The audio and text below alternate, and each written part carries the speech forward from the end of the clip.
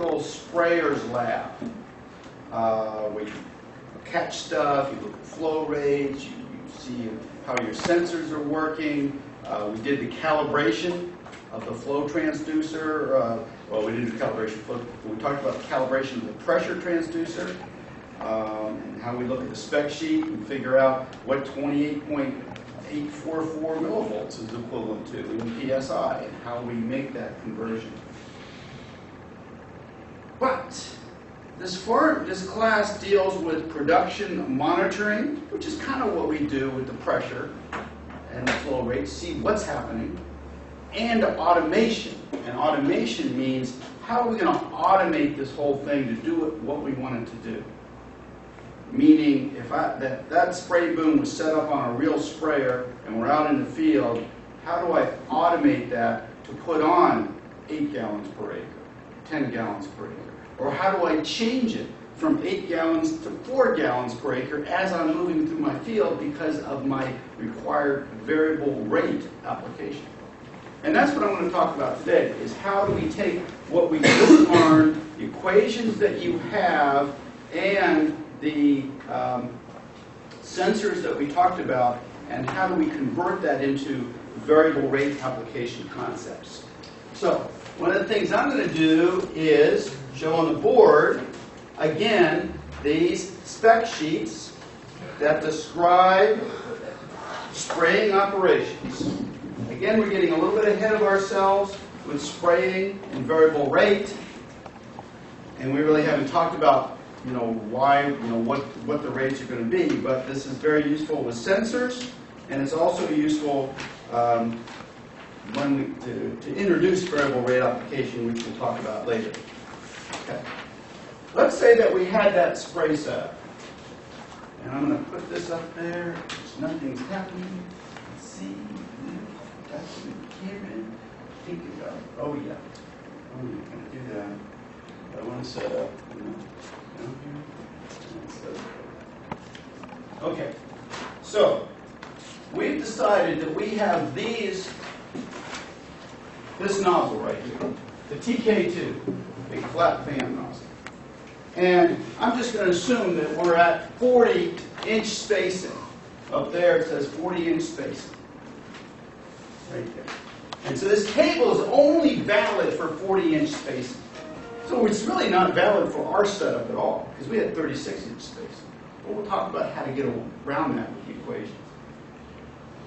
Now, it's telling me, for that TK2, that my operating pressure ranges from 10 to 40 psi.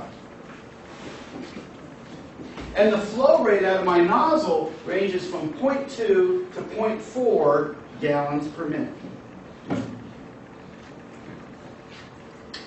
And if I'm traveling at 6 miles per hour, for example, I'm just picking that out, then the application rate in terms of gallons per acre ranges from 5.0 to 9.9. Now that 9.9 really should be about a 10. It's just round off there. But from 5 to 10 gallons per acre.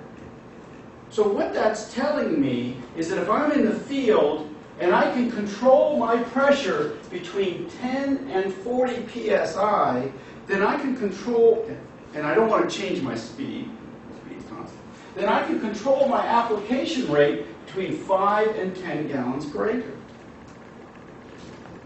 Now, if I get to part of my field that needs 20 gallons per acre, what can I do? Slow down. Slow down. Slow down, so I'm down into here, this range. I'm still not getting 20, 4 miles. I can slow down to 3 miles per hour. 2 miles. Not a good solution. You don't want to be speeding up and slowing down with very good rate in the field. Any other ideas? Change your spacing. Change my space. So can I do that on the go?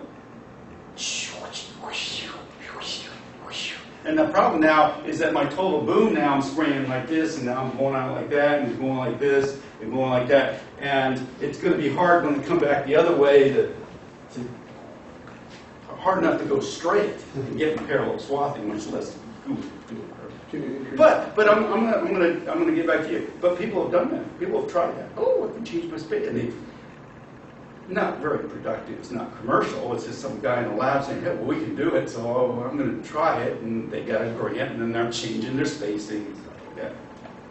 Can you change the pressure? Change the pressure.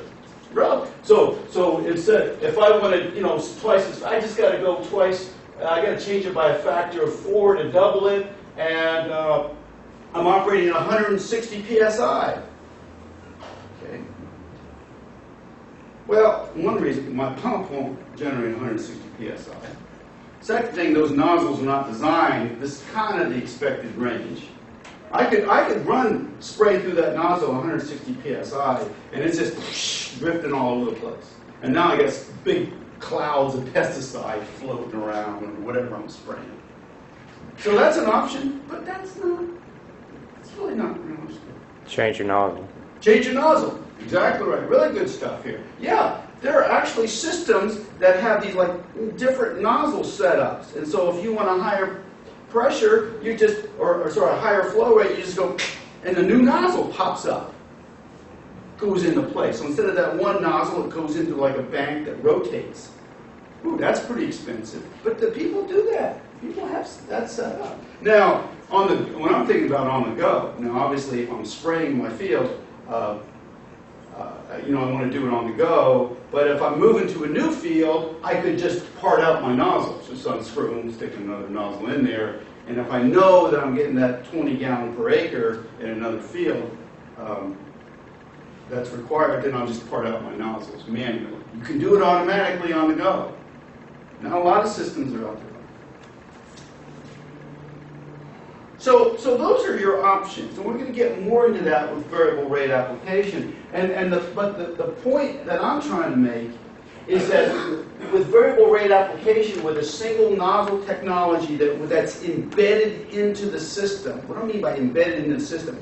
That means that it is all sprayers are set up like this, because all sprayers are set up to give me a uniform application. And that's the way the equipment's set up, not for this variable rate application that we're trying to take an existing sprayer and now change it to variable rate. Okay. So,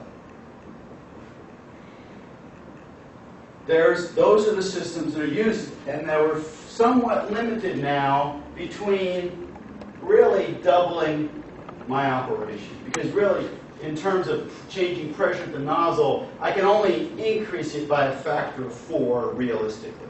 10 to 40 psi, 15 to 60 psi are the typical nozzle operating ranges. And if I want, and that's a factor of 4. So which means if I take the square root of that change, then square root of 4 is 2. That means I can only double essentially my flow rate out of the nozzle. And if I can only double the flow rate out of my nozzle, and I'm not changing my boom widths, or I'm not flipping through other nozzles electronically, or I'm not speeding up and slowing down, then in reality, I can only have a doubling of my application rate. I only go 5 to 10. I don't want to go, I can't go much less than 5, because if I go less than 10 psi, my distribution gets really bad. So that is somewhat, and there's other ways.